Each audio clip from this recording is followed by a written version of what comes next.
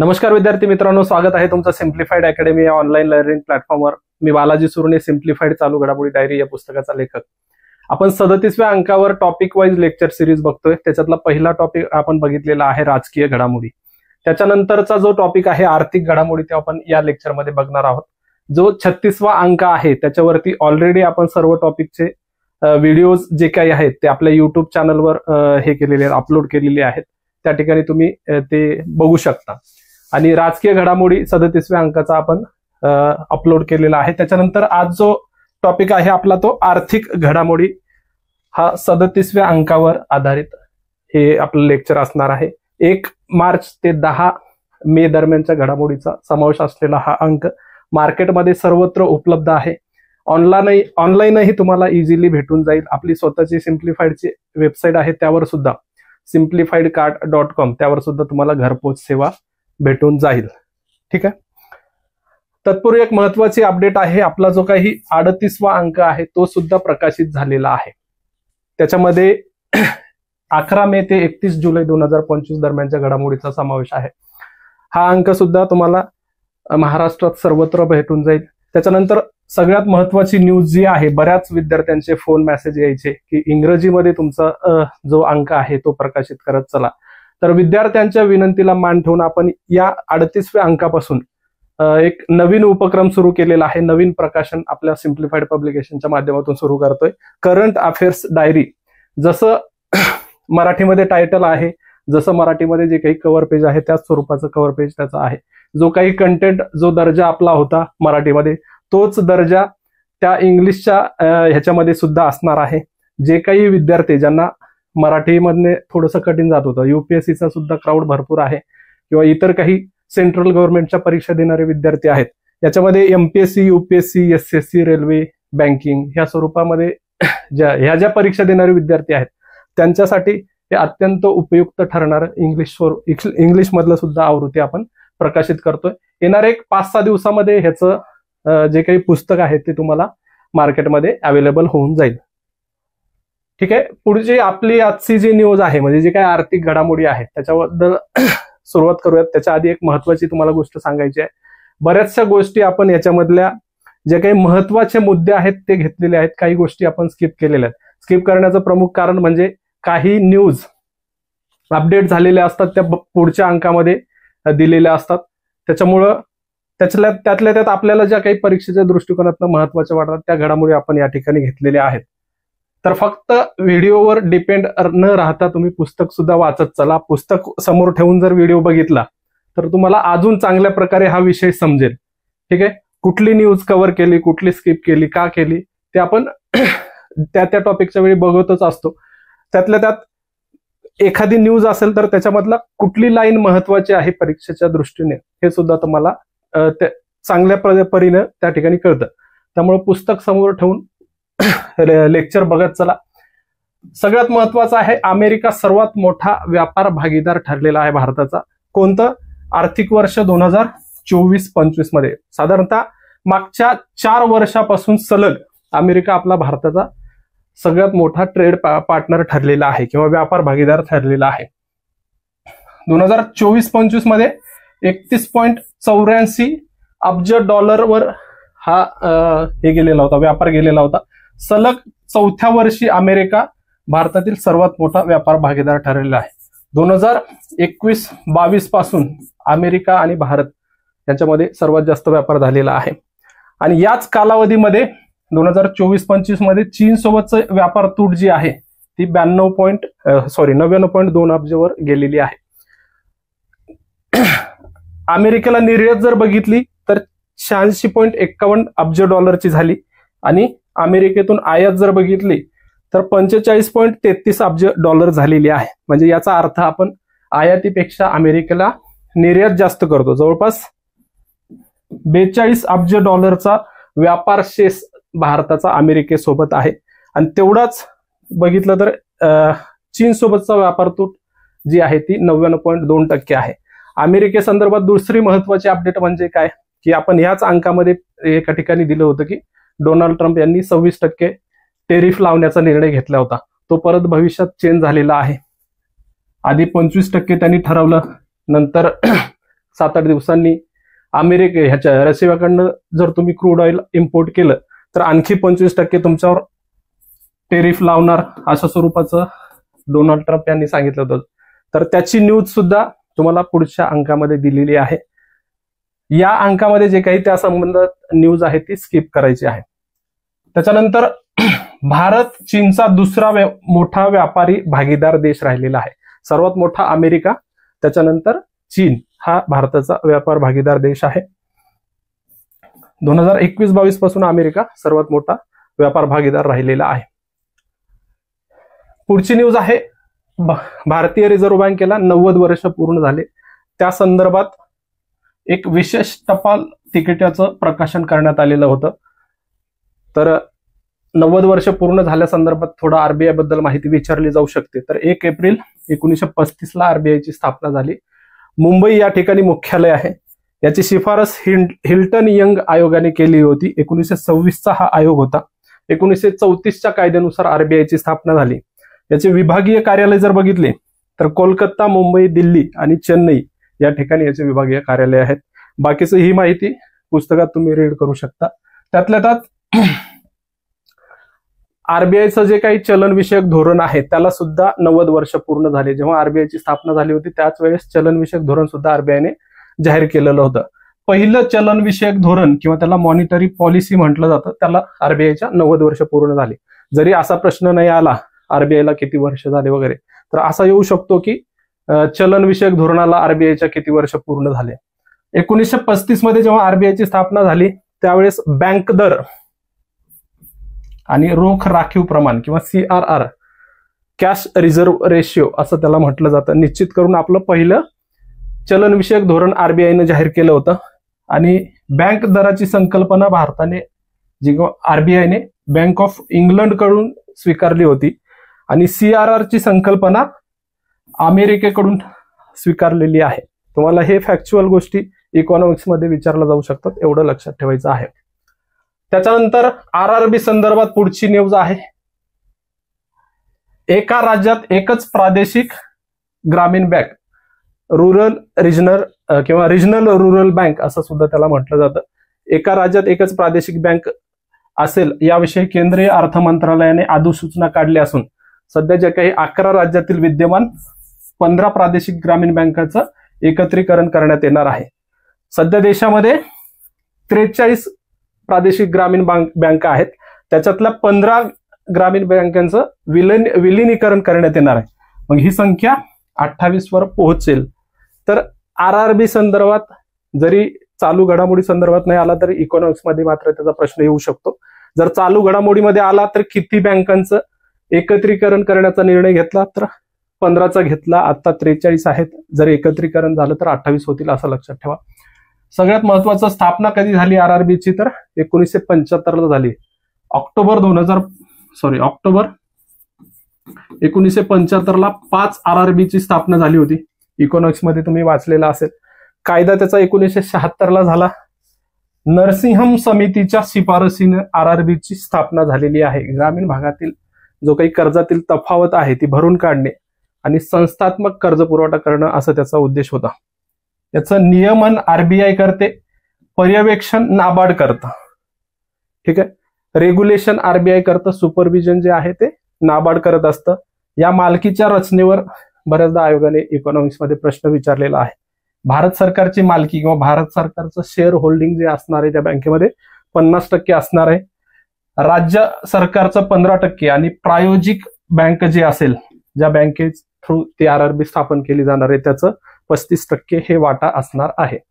हे RRB बद्दल तुम्हाला प्रश्न विचारला जाऊ शकतो. पुढचं आहे, इंडोनेशिया NDB मध्ये सामील झालेली आहे. इंडोनेशिया ब्रिक्स सदस्य देशांनी विकसित केलेल्या न्यू डेव्हलपमेंट बँकेत सामील होणार असल्याचे अध्यक्ष जे आहेत इंडोनेशियाचे प्रबोवो सुबियांतो यांनी 25 मार्च 2025 रोजी जाहीर केलेला आहे. इंडोनेशिया NDBचा 11वा सदस्य ठरला. त्याच्यानंतर इंडोनेशिया ब्रिक्सचा जानेवारी 2025 मध्ये 10वा सदस्य म्हणून सुद्धा सामील झालेला आहे. NDB ही ब्रिक्स या संघटनेने स्थापन केलेली बँक आहे. त्याला न्यू डेव्हलपमेंट बँक असं म्हणतात. या बँकेमध्ये इंडोनेशिया सामील झालेला आहे आणि 11वा सदस्य ठरलेला आहे. त्याच्यानंतर 2 अजून सदस्यांची भरभर पडलेली आहे. एकूण 13 सदस्य संख्या झालेली आहे.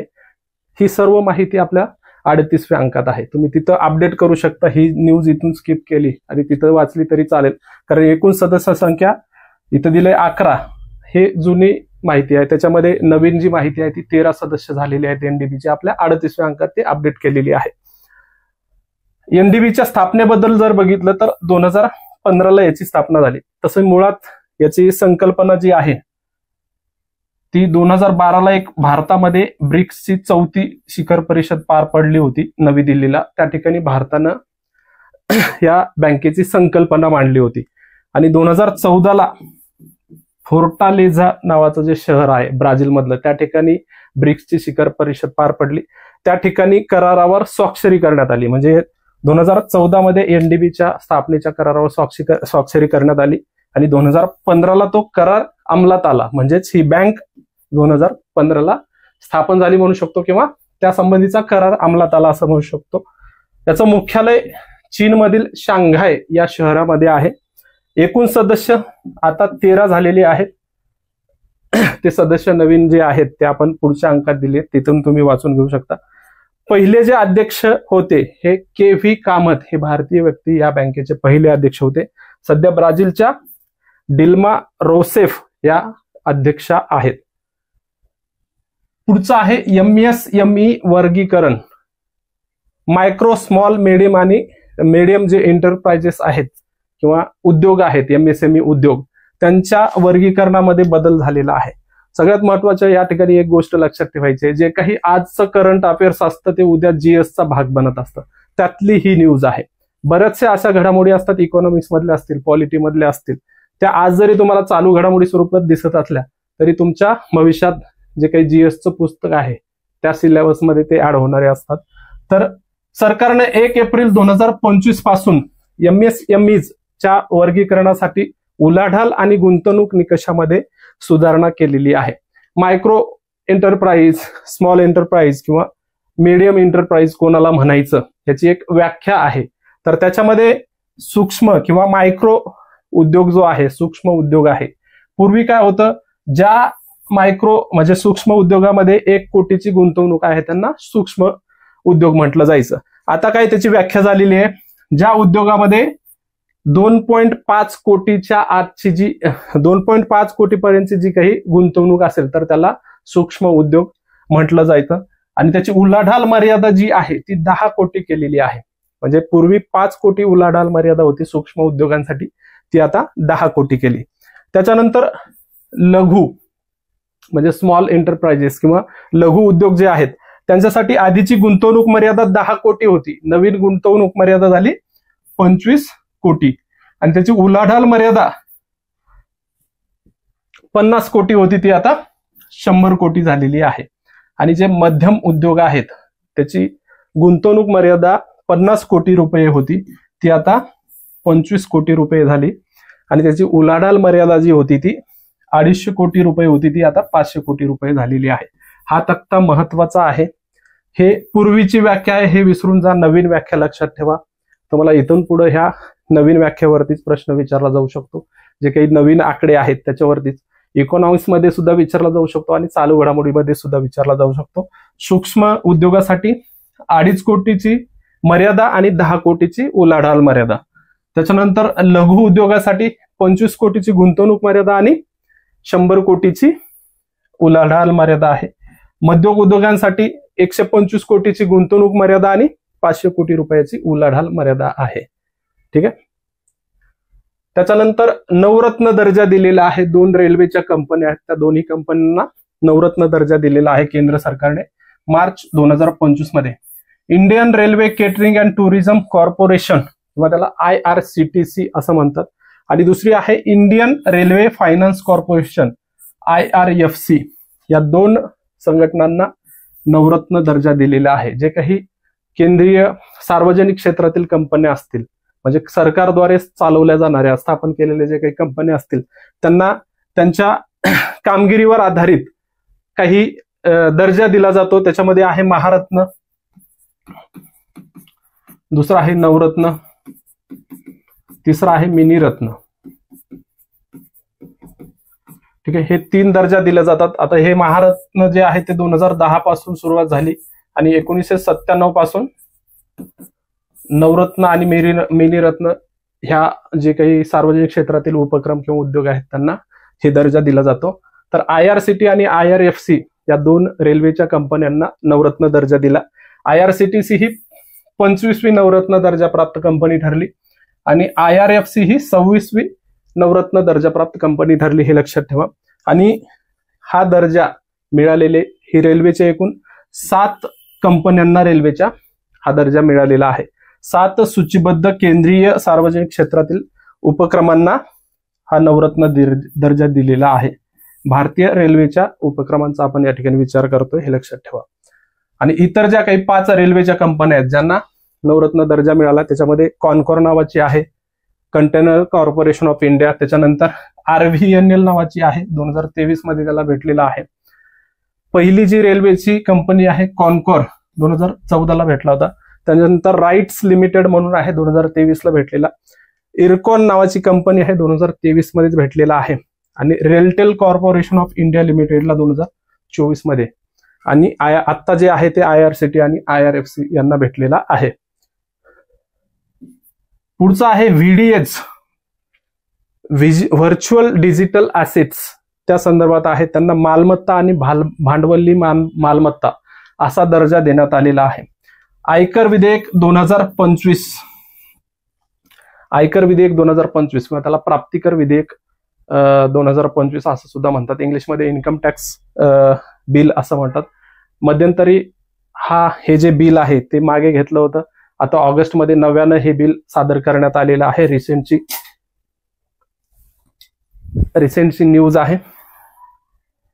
तर आभासी डिजिटल मालमत्ता ज्या असतील किंवा त्याला व्हर्च्युअल डिजिटल ॲसेट्स म्हणतात, जे काही तुमच्या क्रिप्टो करन्सी असतील किंवा NFT म्हणून एक संकल्पना आहे, नॉन फंजाईल टोकन, ते सगळं व्हर्च्युअल ह्याच्यामध्ये ॲसेटमध्ये त्यांचा समावेश करण्यात आलेला आहे. भांडवली नफा कर आणि नियामक तपासणी अंतर्गत त्यांना आणण्यात आलं आणि मालमत्ता किंवा प्रॉपर्टी आणि भांडवली मालमत्ता किंवा कॅपिटल ॲसेट म्हणून त्याचं वर्गीकरण करण्यात आलेलं आहे. लक्षात ठेवा, कोणत्या विधेयकानुसार हे करण्यात आलं असं विचारलं जाऊ शकतं. त्यांना प्रॉपर्टी आणि कॅपिटल ॲसेट अशा स्वरूपाचं वर्गीकरण त्या ठिकाणी करण्यात आलेलं आहे. या विधेयकात VDH हस्तांतरणावर 30% कर आकारण्यात येणार आहे आणि जे काही व्यवहार होणार आहेत त्याच्यावरती 1% TDS, tax deducted at source असं म्हणतात, हे लागू करण्यात येणार आहे. हे किती टक्के कर लागू होणार हे सुद्धा तुम्हाला विचारलं जाऊ शकतं. 30% कर या VDH वर लागू करण्यात येणार आहे. VDH म्हणजे काय, जे काही क्रिप्टो करन्सी असतील, तुमचं बिटकॉइन आहे, वेगवेगळे इथेरियम कॉइन आहे, बिटकॉइन आहे किंवा डॉज कॉइन आहे, हे जे काही डिजिटल करन्सी आहेत त्याचा समावेश VDH मध्ये होतो. त्याच्यानंतर नॉन फंजाईल टोकन्स म्हणून एक कन्सेप्ट असते, जे काही तुमच्या डिजिटल युनिक काही आर्ट असेल तर ते NFT मध्ये वगैरे समावेश होतो. असे काही मालमत्ता असतील ज्याच्यामध्ये आर्थिक गोष्टी समावेश आहेत, त्यांचा समावेश प्राप्तिकर कायद्यामध्ये करण्यात आलेला आहे, लक्षात ठेवा. पुढचा आहे 10,000वा FPO, फॉरेन प्रोड्युसर्स ऑर्गनायझेशन असं त्याचा लॉंग फॉर्म होतो. 10,000वा FPO सुरू करण्यात आलेला आहे. कोणत्या ठिकाणी, तर बिहारमधील खगारिया जिल्ह्यात 10,000वा FPO फार्मर प्रोड्युसर्स ऑर्गनायझेशन किंवा शेतकरी उत्पादक संघटना असं म्हणतात. तर 10,000वी शेतकरी उत्पादक संघटना बिहारमधील खगारिया या जिल्ह्यामध्ये सुरू करण्यात आली. कोणत्या ठिकाणी सुरू करण्यात आली असा स्वरूपाचा प्रश्न तुम्हाला विचारला जाऊ शकतो. आणि त्या ठिकाणी मक्का, केळी आणि भात या 3 पिकासाठी हे केंद्र किंवा हे ऑर्गनायझेशन सुरू करण्यात आलेलं आहे. 29 फेब्रुवारी 2020 ला एक योजना सुरू केली होती केंद्र सरकारने, 10,000 शेतकरी उत्पादक संघटनांची निर्मिती आणि प्रोत्साहन. तर त्या योजनेअंतर्गत जे काही शेवटचं टार्गेट होतं 10,000 ते अचीव्ह झालेलं आहे. योजनेअंतर्गत प्रत्येक FPO ला 3 वर्षाच्या व्यवस्थापनासाठी 18 लाख रुपयांचं आर्थिक सहाय्य त्या ठिकाणी प्रदान करण्यात येईल. नक्की योजना काय आहे थोडक्यात माहिती बघूयात आपण. 29 फेब्रुवारी 2020ला ती अंमलबजावणी झाली. कोण करतं, कोणतं मंत्रालय आहे? कृषी आणि शेतकरी कल्याण मंत्रालयाद्वारे त्याची अंमलबजावणी केली जाते. जवळपास या योजनेसाठी 6,865 कोटी रुपये अलोकेट करण्यात आलेले आहेत आणि याचा कालावधी जो होता ते 2020 ते 2027 असे एकूण 7 वर्षांचा कालावधी होता.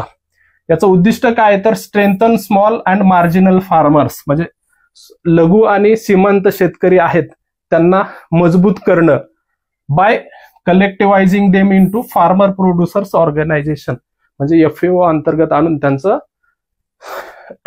सशक्तीकरण करणं किंवा त्यांना स्ट्रॉंग बनवणं हे त्याचं उद्दिष्ट आहे. To enhance market access, financial security and input procurement, म्हणजे त्यांचा काही बाजाराशी बाजार प्रवेश त्यांचा निश्चित करणं, वित्तीय संरक्षण त्यांचं मजबूत करणं, त्याच्यानंतर इनपुट प्रोक्युरमेंट म्हणजे जे काही शेतचे अदानी जे आहेत त्याला आपण खत म्हणतो, बियाणं म्हणतो, त्या संदर्भात त्यांची क्षमता वाढवणं हे त्याचं उद्दिष्ट आहे. पुढचं आहे जहाज बांधणी आणि जलमार्ग मंत्रालयाचे काही प्रमुख उपक्रम आहेत. त्यापैकी एखाद्यावर प्रश्न विचारला जाऊ शकतो. केंद्रीय मंत्री सर्वानंद सोनोवाल यांनी या प्रमुख उपक्रमांचं अनावरण केलं. पहिला उपक्रम आहे एक राष्ट्र एक बंदर प्रक्रिया नावाचा.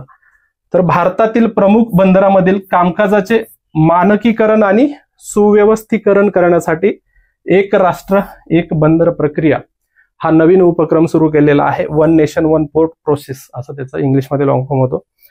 त्याच्यानंतर सागर अंकलन नावाचं एक निर्देशांक जाहीर केलेला आहे. भारताच्या सागरी क्षेत्रात कार्यक्षमता आणि जागतिक स्पर्धात्मकता वाढवण्याच्या दिशेने एक महत्वाचं पाऊल म्हणून 2023-24 या वर्षासाठीचा सागर अंकलन नावाचा लॉजिस्टिक पोर्ट परफॉर्मन्स इंडेक्स सुरू केलेला आहे. असा प्रश्न विचारला जाऊ शकतो, लॉजिस्टिक पोर्ट परफॉर्मन्स इंडेक्स हा कोणत्या नावाने प्रकाशित केला किंवा कोणी प्रकाशित केलं? तर त्याचं नाव आहे सागर अंकलन. प्रकाशित कोणी केला? केंद्रीय बंदरे, जहाजबांधणी आणि जलमार्ग मंत्रालयाने सुरू केलेला आहे. त्याच्यानंतर भारत ग्लोबल पोर्ट कन्झोर्टियम किंवा कन्सोर्टियम भारताची सागरी पोहोच वाढून जागतिक व्यापार मजबूत करण्यासाठी आणि जागतिक व्यापार लवचिकता वाढवण्यासाठी हे संघ स्थापन केलेला आहे. भारत जागतिक बंदर संघ असं सुद्धा त्याला मराठीमध्ये विचारलं जाऊ शकतं किंवा भारत ग्लोबल पोर्ट्स कन्सोर्टियम हे सुद्धा लक्षात ठेवू शकता. नंतर मैत्री नावाचं एक ऍप सुरू केलेलं आहे. मैत्री नावाचं जे ऍप आहे ते कोणत्या क्षेत्राशी संबंधित आहे असं विचारलं जाऊ शकतं किंवा मैत्री नावाचं ऍप कोणत्या मंत्रालयाने सुरू केलं असं सुद्धा विचारलं जाऊ शकतं. व्यापार प्रक्रिया सुलभ करणे, नोकरशाहीतील अतिरिक्त कामे कमी करणे आणि मंजुरी जलद देणे हे काही उद्देश आहेत या ऍपचे. त्याचा लॉंग फॉर्म आहे master application for international trade and regulatory interface अशा स्वरूपाचं त्याचा लॉंग फॉर्म आहे. हे उपक्रम लक्षात ठेवा, कोणी सुरू केले, त्याचा उद्देश वगैरे काय आहे. विकसित भारतासाठी जागतिक बँकेने काही शिफारसी केलेल्या आहेत. भारताने 2047 पर्यंत विकसित राष्ट्र होण्याचा उद्देश ठेवलेला आहे. 2047 ला काय होणार आहे? भारताच्या स्वातंत्र्याला 100 वर्ष पूर्ण होणार आहेत. 2022 मध्ये भारतीय स्वातंत्र्याला 75 वर्ष पूर्ण झाले. त्यावेळेस भारताने एक उद्दिष्ट ठेवलं होतं, विकसित भारत ऍट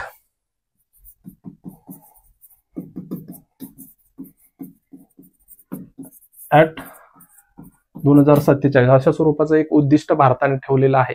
जर भारताला 2047 पर्यंत म्हणजे विकसित भारत व्हायचा असेल तर ह्या गोष्टी कराव्या लागतील अशा स्वरूपाच्या शिफारसी जागतिक बँकेने दिलेल्या आहेत. एक अहवाल दिलेला आहे, इंडिया कंट्री इकॉनॉमिक मेमोरेंडम 2025.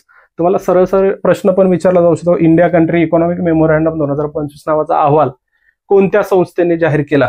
तर जागतिक बँकेने जाहीर केला आहे. 2047 पर्यंत भारताला सरासरी 7.8% विकास दर आवश्यक आहे. म्हणजे भारताचं हे ध्येय साध्य करण्यासाठी विकास दर किती आहे? 7.8% विकास दर साध्य आहे. त्याचबरोबर त्यांनी FDI संदर्भात किंवा महिलांचा कामगारामध्ये सहभाग किती असावा अशा वेगवेगळ्या शिफारसी केलेल्या आहेत. हे तुम्हाला इकॉनॉमिक्स मध्ये मुख्य परीक्षेला वगैरे विचारलं जाऊ शकतं. त्याच्यानंतर हे नक्की ध्येय काय बघूयात आपण. विकसित भारत 2047 हे 2047 मध्ये भारताच्या 100व्या स्वातंत्र्य दिनानिमित्त देशाला स्वावलंबी बनवणं आणि समृद्ध अर्थव्यवस्थेत रूपांतरित करण्याच्या उद्दिष्टाने एक उद्दिष्ट ठेवलेलं आहे. त्यामध्ये सगळ्यात महत्वाचं कोणावर फोकस केलेला आहे हे विचारलं जाऊ शकतं. 4 स्तंभ दिलेले आहेत. एक आहे युवा, दुसरा आहे गरीब, तिसरा आहे महिला आणि चौथा आहे शेतकरी. विकसित भारत 2047 अंतर्गत कोणत्या 4 स्तंभावर भर देण्यात येणार आहे असं विचारलं तर युवा, गरीब, महिला, शेतकरी हे 4 वाक्य किंवा 4 शब्द लक्षात ठेवायचे आहेत. त्याच्यानंतर 2028 पर्यंत जगातील 3री सर्वात मोठी अर्थव्यवस्था होणार भारत असं म्हणून एका संस्थेने अहवाल दिलाय. 2028 पर्यंत जगातील 3री सर्वात मोठी अर्थव्यवस्था होईल असं भाकीत मॉर्गन स्टॅनले नावाच्या संस्थेने दिलेला आहे. 2023 मध्ये भारताची जी अर्थव्यवस्था आहे ती 3.5 ट्रिलियन अमेरिकी डॉलर आहे. 2026 मध्ये भारताची अर्थव्यवस्था 4.7 ट्रिलियन अमेरिकी डॉलर पर्यंत वाढण्याचा अंदाज व्यक्त केला आणि अमेरिका, चीन, जर्मनी नंतर जगातील 4थी सर्वात मोठी अर्थव्यवस्था बनेल. म्हणजे 2026 ला 4थी अर्थव्यवस्था बनेल असं सांगितलं आणि 2028 ला भारत जर्मनीला मागे टाकून 3री अर्थव्यवस्था बनेल असं या संस्थेने जाहीर केलेलं आहे. आता नीती आयोगाचे आपले जे काही CEO आहेत त्यांनी ऑलरेडी घोषणा केलेली आहे की भारत जगातील 4थी सर्वात मोठी अर्थव्यवस्था बनलेला आहे. त्याची माहिती आपल्याला 38व्या अंकामध्ये दिलेली आहे. तर ह्या मॉर्गन स्टॅनलेच्या ह्याच्यानुसार 2028 मध्ये 3री अर्थव्यवस्था होणार, 2026 मध्ये 4थी अर्थव्यवस्था होणार असं दिलेलं आहे. त्याच्यानंतर एक नवीन अचिव्हमेंट कोळसा क्षेत्रामध्ये झालेली आहे. 1 अब्ज टन कोळसा उत्पादनाचा टप्पा गाठलेला आहे भारताने. 20 मार्च 2025 रोजी ही अचिव्हमेंट झाली हे लक्षात ठेवा. 2024-25 या आर्थिक वर्षामध्ये 1 अब्ज टन कोळसा उत्पादनाचा टप्पा हा भारताने ओलांडलेला आहे.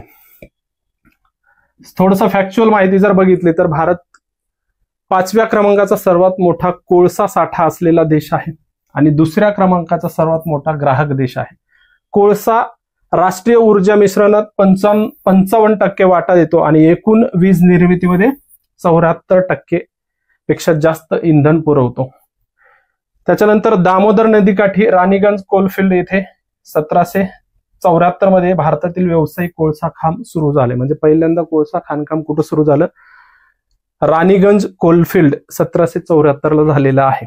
ठीक आहे. त्याच्यानंतर राष्ट्रीयकरण झालं 1972 ला कोकिंग कोळशाचं. त्याच्यानंतर 1973 ला नॉन कोकिंग कोळशाचं झालेलं आहे. इकॉनॉमिक्स मध्ये बऱ्याचदा हे वर्ष विचारलेले आहेत तुम्हाला. सर्वाधिक कोळसा उत्पादन झारखंडमध्ये होतं हे लक्षात ठेवा. त्याच्यानंतर बॉम्बे स्टॉक एक्सचेंजला 150 वर्ष पूर्ण झालेले आहेत. त्या संदर्भात एक 150 रुपयांचं स्मारक नाणं प्रकाशित केलेलं आहे. केंद्रीय अर्थमंत्री निर्मला सीतारामन यांनी एप्रिल 2025 मध्ये बॉम्बे स्टॉक एक्सचेंजच्या 150व्या वर्षाच्या पूर्ततेसाठी 150 रुपयाचं नाणं हे केलेलं आहे. त्याचबरोबर BSE at 150 नावाचा एक लोगो आणि BSE 150 नावाचं एक नवीन इंडेक्स सुद्धा बॉम्बे स्टॉक एक्सचेंज मध्ये सुरू करण्यात आला. आता याची जर हिस्ट्री बघितली तर 1875 मध्ये BSE ची स्थापना झाली आणि ही आशियातील सगळ्यात जुनी शेअर मार्केट आहे. आशियातील सर्वात जुने स्टॉक एक्सचेंज किंवा आशियातील सर्वात जुनं शेअर मार्केट आहे हे लक्षात ठेवा. त्याच्यानंतर याची स्थापना कोणी केली तर कापूस व्यापारी होते प्रेमचंद रॉयचंद यांनी the native share and stock brokers association या नावानं बॉम्बे स्टॉक एक्सचेंजची 1875 मध्ये मुंबईमध्ये स्थापना केलेली आहे. हे थोडंसं फॅक्च्युअल गोष्टी BSE बद्दल लक्षात ठेवा. शक्ती योजनेला केंद्र सरकारने मंजुरी दिली मे 2025 मध्ये. शक्ती योजना कोणत्या क्षेत्राशी संबंधित आहे अशा स्वरूपाचा प्रश्न विचारला जाऊ शकतो. तर कोळसा क्षेत्राशी संबंधित आहे. जो काही देशात उत्खनन होणारा कोळसा आहे त्याचं वितरणाचं योग्य नियोजन करण्यासाठी शक्ती नावाची योजना सुरू केलेली आहे. ऊर्जा मंत्रालयाअंतर्गत ही योजना राबवली जाते. शक्तीचा जर लॉंग फॉर्म बघितला तर scheme for harnessing and allocating कोयला ट्रान्सपरंटली इन इंडिया असं त्याचं लॉंग फॉर्म आहे. पहिल्यांदा 2017 मध्ये शक्ती धोरण जाहीर केलं. शक्ती योजना असेल किंवा शक्ती धोरण असेल हे कोळसा क्षेत्राशी संबंधित आहे एवढं लक्षात ठेवलं तरी सफिशियंट आहे. मे 2025 मध्ये योजना सुरू झाली. हे जे धोरण आहे ते 2017ला जाहीर झालेलं होतं. त्याच्यामध्ये नंतर 19 आणि 23 मध्ये सुधारणा करण्यात आलेली आहे. ही न्यूज महत्वाची आहे. चालू घडामोडी बरोबरच तुमच्या इकॉनॉमिक्स या विषयासंदर्भात सुद्धा तेवढीच महत्वाची आहे. देशातलं पहिलं PM मित्रा टेक्सटाईल पार्क सुरू करण्यात आलेलं आहे. मध्य प्रदेशातील धार या जिल्ह्यातील भारतातील पहिला एकात्मिक वस्त्रोद्योग पार्क किंवा त्याला इंटिग्रेटेड टेक्सटाईल पार्क असं इंग्लिशमध्ये म्हटलं जातं. तो कोणत्या राज्यात, तर मध्य प्रदेश राज्यात सुरू करण्यात आला. मध्य प्रदेशमधील धार या जिल्ह्यामध्ये सुरू करण्यात आला, हे लक्षात ठेवा. धार जिल्ह्यामध्ये भैंसोला नावाचं गाव आहे. त्या ठिकाणी हे एकात्मिक वस्त्रोद्योग पार्क किंवा PM मित्रा पार्क असं सुद्धा म्हटलं जातं. भैंसोला हे नाव लक्षात ठेवा. वस्त्रोद्योगाला बळकटी देण्यासाठी वस्त्रोद्योग मंत्रालयाने 2021 मध्ये PM mega integrated textile region and operation apparel park किंवा त्याचा शॉर्ट फॉर्म आहे मित्रा, PM मित्रा पार्क ही योजना सुरू केली. जवळपास 7 ठिकाणांची निवड करण्यात आली होती. त्याच्यामध्ये महाराष्ट्रातलं आहे अमरावती. महाराष्ट्रातलं पहिलं PM मित्रा पार्क अमरावती या ठिकाणी उभारण्यात येणार आहे. आणि देशातलं पहिलं मध्य प्रदेशातील धार जिल्ह्यातील भनसौला या गावात उभारण्यात येणार होतं. नंतर निवेशक शिबिर नावाचा एक उपक्रम सुरू करण्यात आलेला आहे. गुंतवणूकदार शिक्षण आणि संरक्षण निधी प्राधिकरणानं कोटक महिंद्राच्या या बँकेच्या सोबत कोटक महिंद्रा बँकेसोबत एक सामंजस्य करार केला आणि भारतातील डिजिटल गुंतवणूकदार जागरूकता आणि आर्थिक साक्षरता वाढवण्यासाठी निवेशक शिबिर उपक्रम सुरू केला. कोणी सुरू केला असं विचारलं जाऊ शकतं. तर गुंतवणूकदार शिक्षण आणि संरक्षण निधी प्राधिकरण आणि कोटक महिंद्रा ह्या दोघांनी मिळून त्याचं सुरुवात केलेली आहे. ठीक आहे. पुढची आपली न्यूज आहे सुवर्ण मुद्रीकरण योजना केंद्र सरकारने बंद केलेली आहे. योजना 2015 मध्ये सुरू केलेली होती, नोव्हेंबर 2015 मध्ये. जे काही घरामध्ये लोकांनी सोनं ठेवलेलं असतं ते अर्थव्यवस्थेच्या मुख्य प्रवाहात आणणं हा या योजनेचा उद्देश होता. तर 26 मार्च 2025 पासून मध्यम आणि दीर्घकालीन ठेवींसाठी सुवर्ण मुद्रीकरण योजना किंवा गोल्ड मॉनिटायझेशन स्कीम बंद करण्याचा निर्णय घेतलेला आहे. 1999ला या प्रकारची एक योजना सुरू केलेली होती, सुवर्ण ठेव योजना. त्याच धर्तीवर नोव्हेंबर 2015 मध्ये सुवर्ण मुद्रीकरण योजना सुरू केली. आता ती सुद्धा बंद करण्यात आलेली आहे. मध्यम आणि दीर्घकालीन ठेवींसाठी बंद करण्यात आले, हे लक्षात ठेवा. त्याच्यानंतर नवीन एक पोर्टल सुरू केलं, बँकनेट नावाचं पोर्टल. बँकांच्या मालमत्तेची यादी आणि लिलाव अधिक सुलभ करण्यासाठी अर्थ मंत्रालयाने हे पोर्टल सुरू केलेलं आहे. त्याचं नाव लक्षात ठेवायचंय, बँकनेट. सुधारित ई लिलाव पोर्टल आहे हे. तर कोणी सुरू केलं अशा स्वरूपाचा प्रश्न विचारला जाऊ शकतो. तर अर्थ मंत्रालयाने सुरू केला किंवा बँकेच्या मालमत्तेची यादी आणि लिलाव अधिक सुलभ करण्यासाठी अर्थ मंत्रालयाने कोणतं पोर्टल सुरू केलं असं विचारलं जाऊ शकतं. तर बँकनेट पोर्टल सुरू केलं, हे लक्षात ठेवा. त्याच्यानंतर GDP संदर्भात आहे न्यूज. तामिळनाडूचा वास्तविक विकास दर सर्वाधिक असल्याचं समोर आलेलं आहे. केंद्रीय सांख्यिकी आणि कार्यक्रम अंमलबजावणी मंत्रालयाच्या माहितीनुसार 2024-25 या आर्थिक वर्षामध्ये तामिळनाडूचा 9.69% हा वास्तविक आर्थिक विकास दर कोणत्याही राज्यासाठी सर्वाधिक आहे. आता जो काही विकास दर आहे GDP मध्ये मोजला जातो तो 2 प्रकारचा असतो, एक रिअल GDP आणि एक नॉमिनल GDP. जो रिअल GDP आहे त्याचा सर्वाधिक विकास दर तामिळनाडूचा होता. स्थिर किमतीनुसार आधारभूत वर्षाच्या ह्याच्यानुसार हा GDP काढला जातो. 2011-12 या आधारभूत वर्षानुसार तामिळनाडू अव्वल ठरलेला आहे. आता हे आधारभूत सुद्धा वर्ष सुद्धा चेंज होणार आहे. 2022-23 हे नवीन आधारभूत वर्ष स्वीकारण्याचा केंद्र सरकारचा विचार आहे. हे सुद्धा नवीन अपडेट त्या ठिकाणी आहे. त्याच्यानंतर सर्वाधिक मालवाहतूक करणारं बंदर ठरलेलं आहे ओडिशातील पॅरादीप पोर्ट. ओडिशामधील पॅरादीप पोर्ट हे पॅरादीप पोर्ट ऑथॉरिटीने भारतीय प्रमुख बंदरामध्ये कार्गो वाहतूक किंवा मालवाहतूक हाताळणीत अव्वल स्थान पटकावलेलं आहे. प्रश्न तुम्हाला विचारला जाऊ शकतो, भारतीय प्रमुख बंदरामध्ये, प्रमुख म्हणजे जे काही मोठे 13 बंदर आहेत, 12 बंदर आहेत आपल्या याच्यामध्ये देशामधले, त्याच्यापैकी पॅरादीप हे एक बंदर आहे ओडिशातलं. त्यामध्ये सर्वाधिक कार्गो वाहतुकीमध्ये किंवा मालवाहतूक हाताळणीमध्ये अव्वल स्थान कोणत्या बंदराने पटकावलं असं विचारलं जाऊ शकतं, तर पॅरादीप आहे.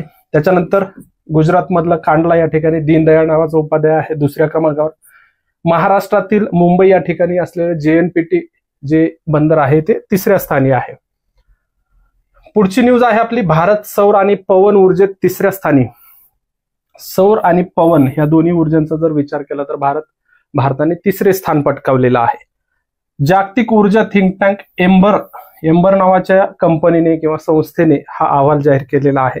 2024 या वर्षामध्ये भारत जर्मनीला मागे टाकून सौर आणि पवन ऊर्जा स्रोतात वीज निर्मितीमध्ये जगात तिसरा क्रमांक पटकावलेला आहे. प्रश्न विचारला जाऊ शकतो की कोणत्या देशाला भारताने मागे टाकलेला आहे, तर जर्मनीला टाकलेला आहे. कितव्या क्रमांकाचा देश ठरला, तर तिसऱ्या क्रमांकाचा देश ठरलेला आहे.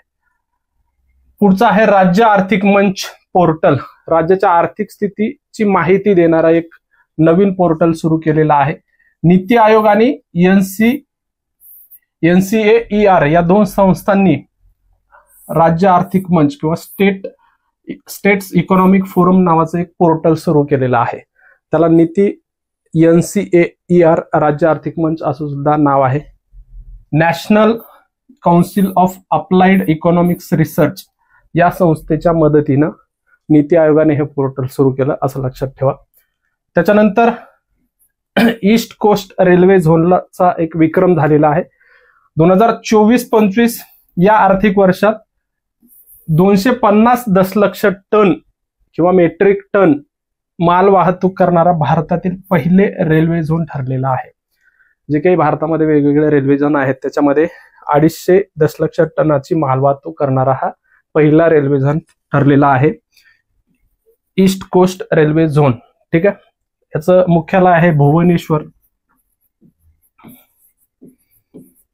भुवनेश्वर ओडिशा या ठिकाणी याचं मुख्यालय आहे. तर तुम्हाला विचारला जाऊ शकतो कोणता विभाग ठरलेला आहे.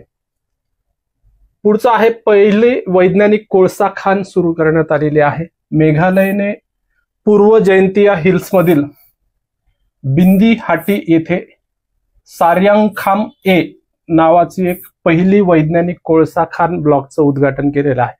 पहिलं काय व्हायचं, पारंपरिकपणे जे काही अवैज्ञानिक रॅट होलच्या माध्यमातून कोळसा काढला जायचा, छिद्र करून आज मानवाला पाठवून तिथनं कोळसा काढायचा, ते खूप रिस्की होतं. बऱ्याचदा तिथं दुर्घटना व्हायची, जीवितहानी व्हायची.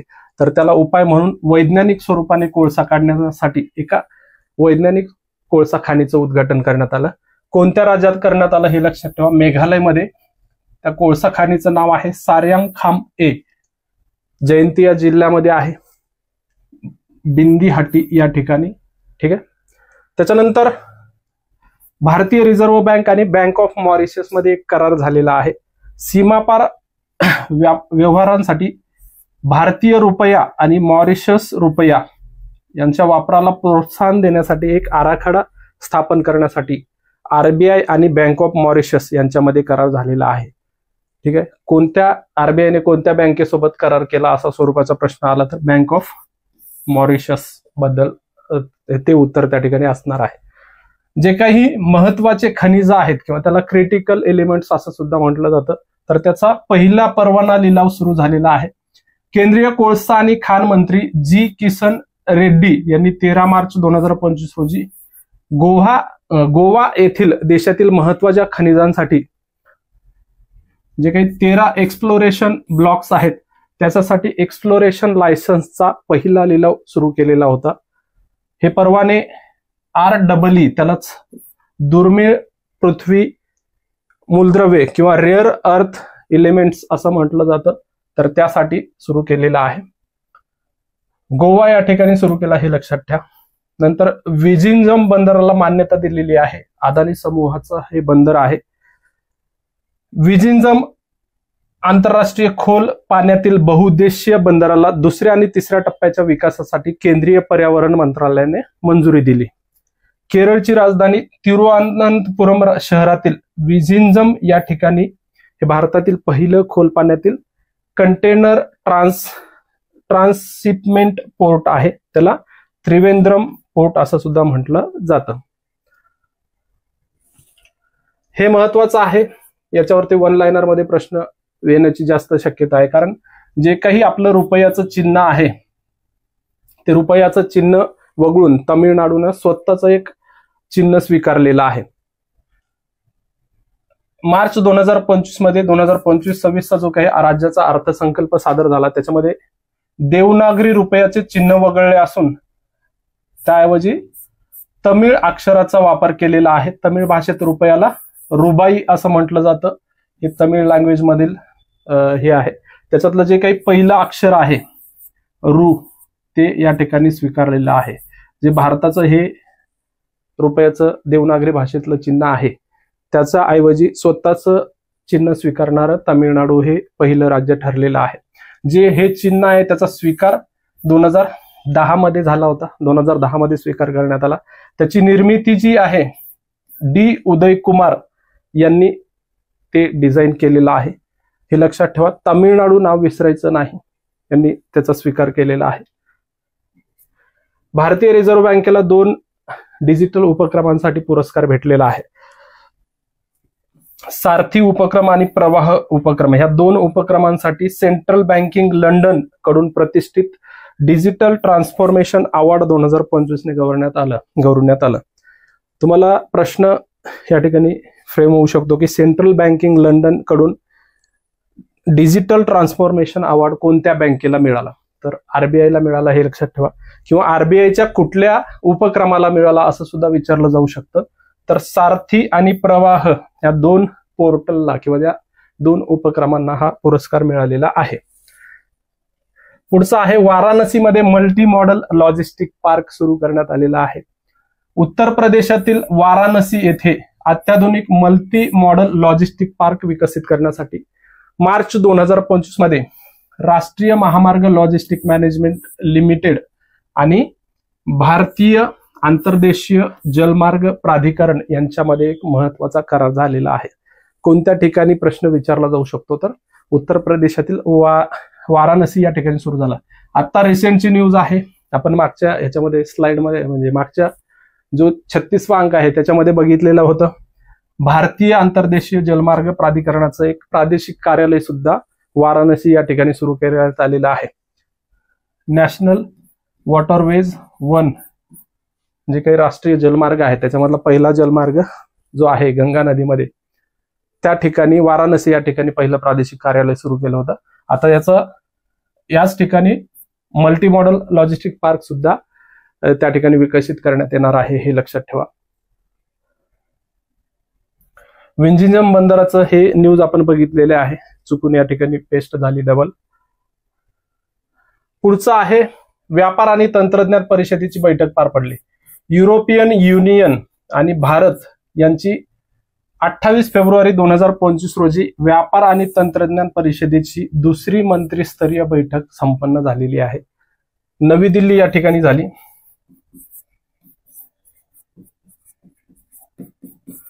ठीक आहे. तुम्हाला प्रश्न विचारला जाऊ शकतो युरोपियन युनियन आणि भारताची फेब्रुवारी 2025 मध्ये व्यापार आणि तंत्रज्ञान परिषदेची 2री बैठक कोणत्या ठिकाणी पार पडली? तर नवी दिल्ली या ठिकाणी ही परिषद पार पडलेली आहे. युरोपियन कमिशनच्या ज्या अध्यक्ष आहेत उर्सुला वॉन डेर लेयन आणि भारताचे पंतप्रधान नरेंद्र मोदी यांनी एप्रिल 2022 मध्ये या व्यापार आणि तंत्रज्ञान परिषदेची स्थापना केली. एप्रिल 2022 मध्ये. त्याच्यानंतर येस बँक सर्वोच्च रेटेड बँक ठरलेली आहे. Standard and Poor's Global Corporation Sustainability Assessment 2024 आणि कार्बन डिस्क्लोजर प्रोजेक्ट नुसार येस बँक सलग 3ऱ्या वर्षी शाश्वतता या बाबतीत भारतातील सर्वोच्च रेटेड बँक ठरलेली आहे. कोणती बँक ठरली अशा स्वरूपाचा प्रश्न तुम्हाला त्या ठिकाणी विचारला जाऊ शकतो. तर येस बँक हे लक्षात ठेवायचं आहे. ठीक आहे. अशा प्रकारे आपला आर्थिक घडामोडी या ठिकाणी संपलेल्या आहेत 37व्या अंकामध्ये. पुढचा आपला जो टॉपिक असणार आहे तो अहवाल व निर्देशांक या टॉपिकवर आपण लेक्चर घेणार आहोत. पुढच्या टॉपिकमध्ये भेटूया. ठीक आहे, धन्यवाद.